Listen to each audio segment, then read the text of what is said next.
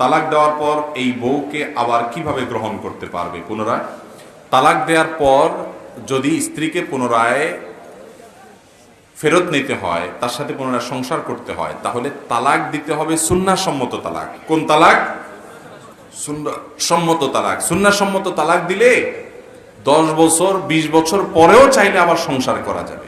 আমরা এই সিস্টেম জানি না, যার কারণে এমন ভাবে তালাক মারে যে এরপরে আর ফেরত নেওয়ার কোনো রাস্তা খোলা থাকে না। জিদের চোটে এমন মারা মারে, পরে এবার সারা জীবন বসে বসে কান্দে, আর কাজ হয় না।